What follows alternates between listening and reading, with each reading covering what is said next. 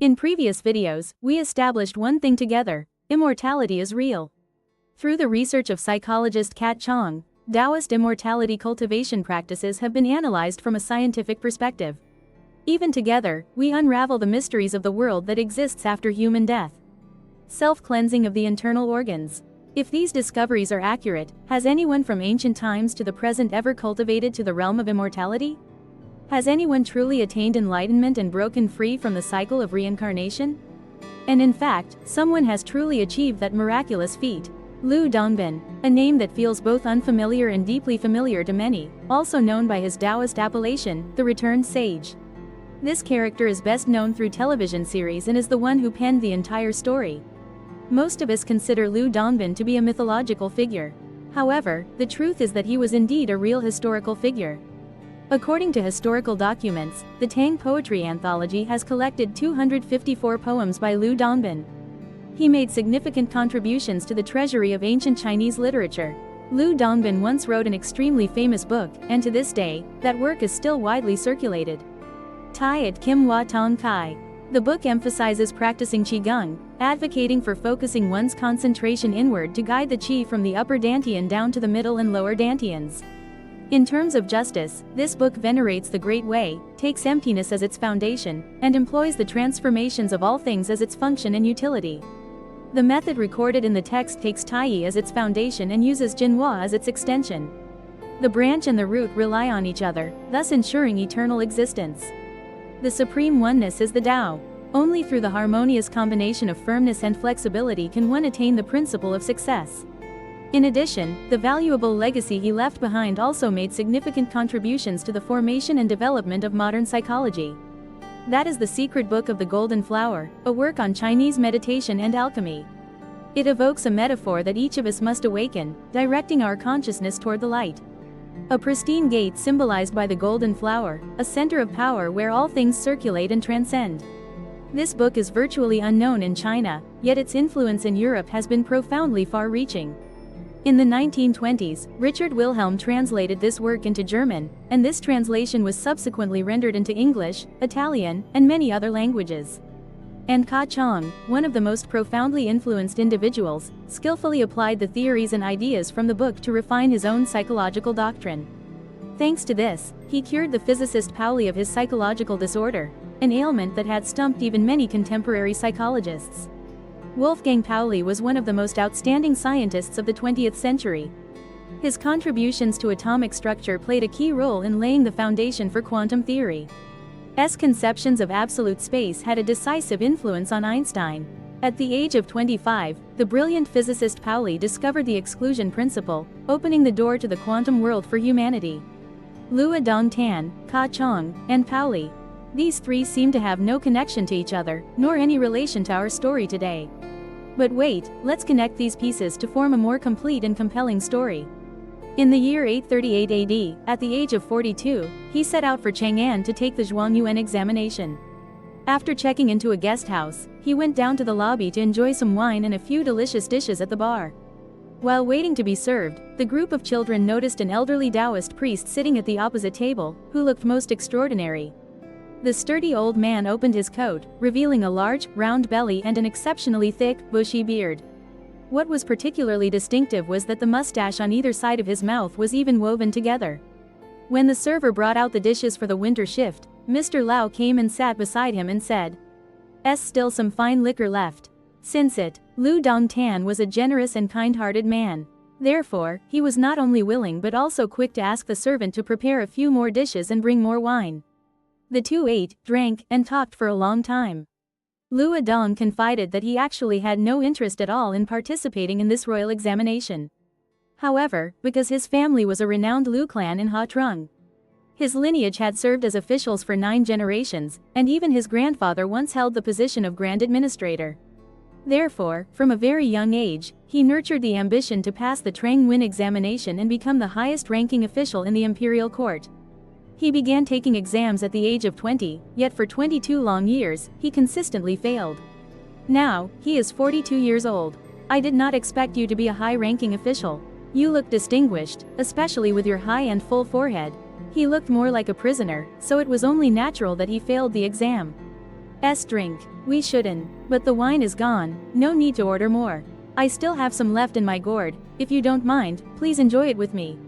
Lua Dong Tan took the wine jar from the old man. He merely touched it to his lips for a small sip, then involuntarily exclaimed, "Excellent wine." The mercenary found the old man's wine to be truly delicious and proceeded to drink a great deal.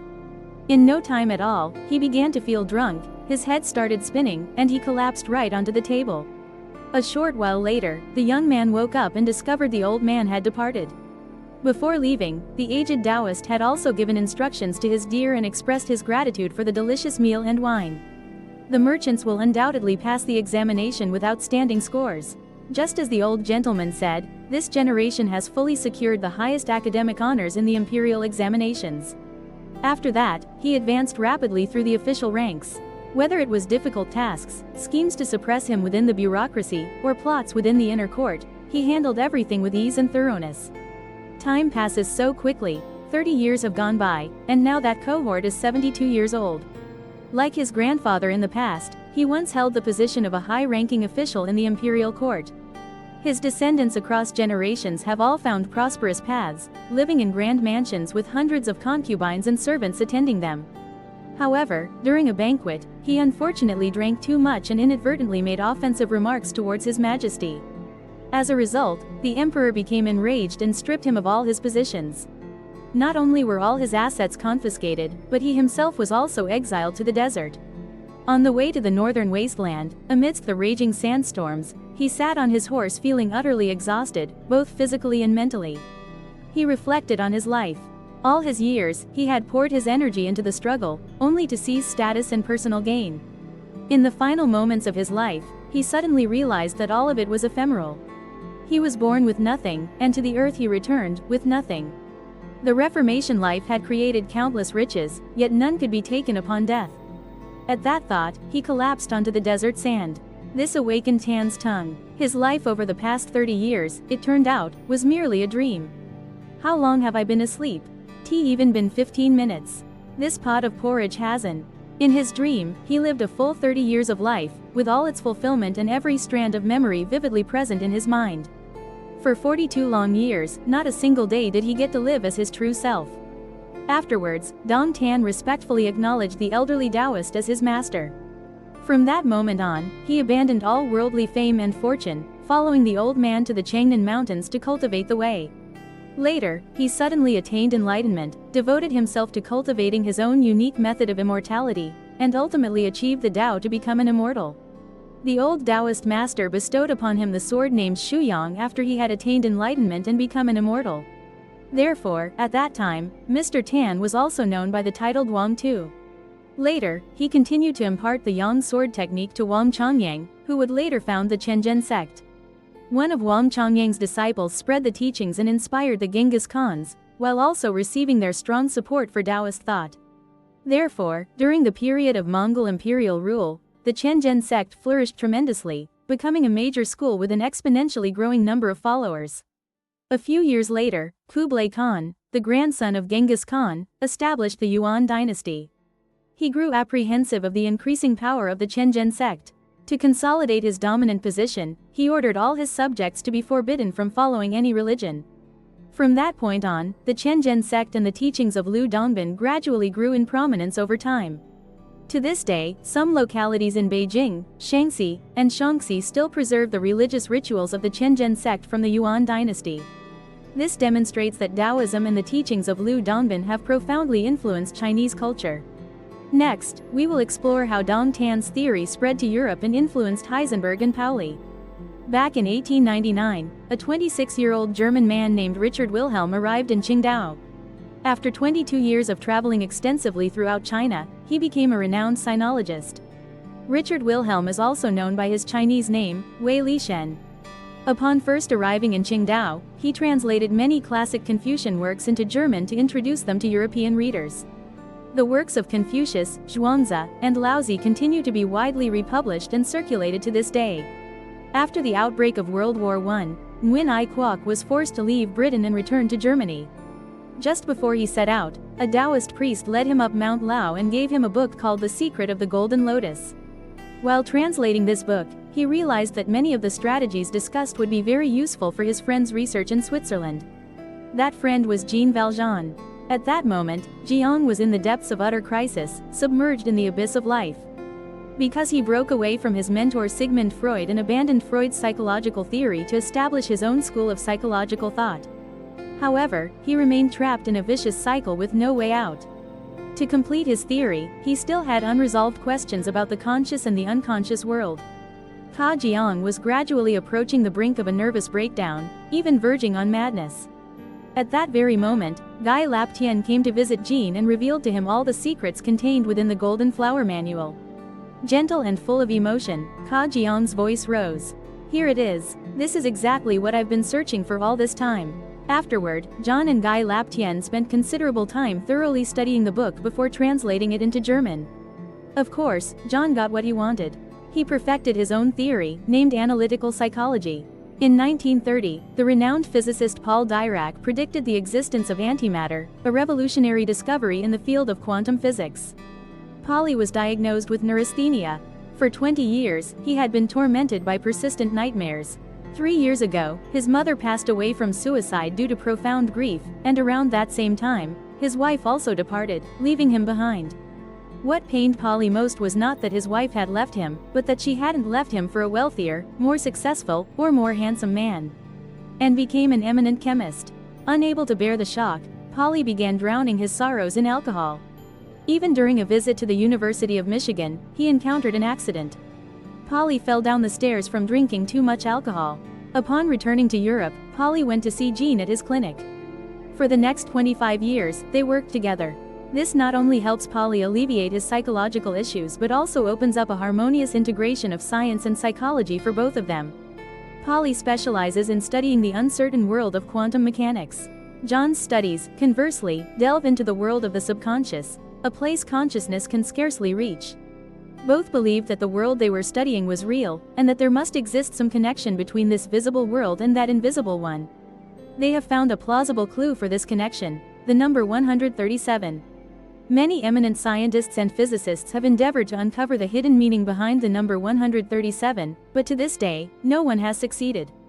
At that time, people often joked that if you were unlucky enough to get lost in a city, you only needed to hold up a sign with the number 137 on it, and top physics professors would immediately come to your aid. In 1958, Pauli was hospitalized due to a stomach issue. Anxious and with a sense of foreboding, he asked a nurse for his room number. She told him it was room 137. "I won't make it out of here alive." A study of Pauli's manuscripts reveals that late in life, he attempted to apply Kabbalah, a mystical theory of Judaism, to decode the hidden meaning of the number 137, as his mother had been a follower of this religion. The 4 Hebrew letters of Kabbalah correspond to the numerical values 2, 5, 30, and 100. Coincidentally, when added together, they yield the result 137. Interestingly enough, the observed age of the universe is also approximately 13.7 billion years. Ismael and Levi, figures from the Bible, along with Abraham, all lived to be 137 years old. The Pauli model and Dirac equation have demonstrated that nature is composed of 137 elements. Notably, in the I Ching, if the number 137 is converted to binary, it corresponds precisely to the hexagrams: Kun, Gen, Dui, 5 yin lines, 5 yang lines with 1 yin line, and 5 yin lines with 1 yang line. Tiet, this phenomenon can likely only be explained through the lens of psychological analysis. The number 137, which appears in natural laws, has also been documented in the records of various civilizations. Therefore, it can only be reasoned that there exists a connection between the cosmos and the human subconscious. This connection reveals that alongside the conscious world we inhabit, we also possess a subconscious world. This leads us to the realization, all that we have may just be a long dream. Let us return to the beginning of the story to discover what the prophet Tiresias wished to say about us. The secret of the golden flower. 3 treasures. The book explains that, from the moment of rebirth into a new body, our primordial spirit already exists within us. The primordial spirit is inherently formless and without specific shape. However, from the moment we are born, we also acquire a material soul. The material soul tells us that when hungry, we must eat; when sad, we must cry; when in pain, we must groan.